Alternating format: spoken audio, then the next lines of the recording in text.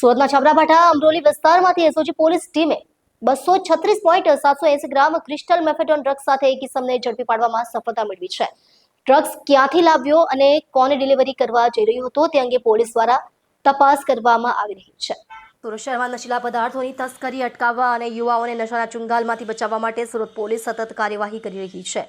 આ મુદ્દે એસઓજી દ્વારા અમરોલી વિસ્તારમાં એક મોટી સફળતા હાંસલ કરવામાં આવી છે. એસઓજીના પીઆઈ એપી ચૌધરીને મળેલી ગુપ્ત માહિતીના આધારે પોલીસે અમરોલી, છાપરાભાઠા, ગણેશનગર રો હાઉસ વિભાગ 4ની નજીક ગેટની સામેથી એક વ્યક્તિની ધરપકડ કરી છે. ધરપકડ કરાયેલી ઇસમની ઓળખ જીલ પોપતભાઈ ઠુમ્મર તરીકે થઈ છે.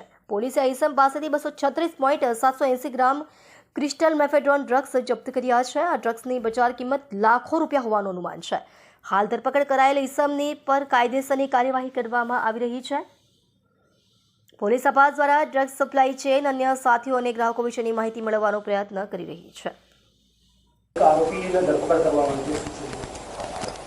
ગઈકાલે 31નો જે બંદોબસ્ત ચાલુ હતો એ દરમિયાનમાં એસઓજીની ટીમને અગાઉથી અમારી આની ઉપર વોચ પણ ચાલુ હતી અને અમને એવું માહિતી હતી કે અમુક જે વ્યક્તિઓ જે છે એ ઓનલાઈન એટલે કે ઇન્સ્ટાગ્રામમાં, વોટ્સઅપમાં, પછી સ્નેપચેટ જેવા માધ્યમોથી નિરમા, ઓજી, ટાઈડ દવા વગેરે કોડવર્ડથી જે છે એમડીનો વેપાર કરે છે. તો ગઈકાલે અમારી ટીમ જ્યારે બંદોબસ્તમાંથી દરમિયાનમાં માહિતી મળી કે અહીંયા એ વ્યક્તિ માલ આપવા આવનાર છે, તો અમરોલી પોલીસ સ્ટેશન વિસ્તારમાં ગણેશનગર રો હાઉસ વિભાગ 4ની બહારના ભાગમાં જીલ ભૂપતભાઈ ઠુમ્મર અને બીજા બે વ્યક્તિ ખુશાલ રાણપરિયા અને ભરત દામજીભાઈ લાઠિયા, આ ત્રણેય વ્યક્તિ એમડીનો 236 ગ્રામ જથ્થો લઈ અને ત્યાં આવ્યા હતા. તે દરમિયાનમાં એસઓજીની ટીમ ત્યાં પહોંચી ગઈ અને જીલ ભૂપતભાઈ ઠુમ્મર છે જે એ 236 ગ્રામ એમડી સાથે પકડાઈ ગયો.